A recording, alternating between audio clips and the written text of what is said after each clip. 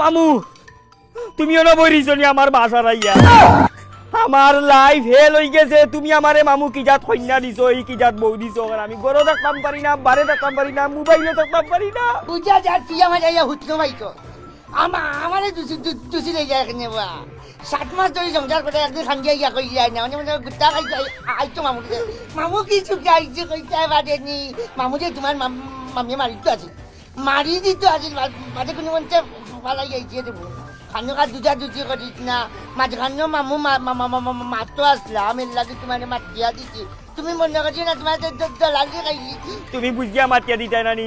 বউরি নির্যাতনে আমার জীবন শেষ। এই বউবিনি মাঝে যদি চিনি লইতে পারতো এটা কিনলে না অনেক বাজারটা তুমি জঙ্গল কিতা করো, ইনো কিতা করো।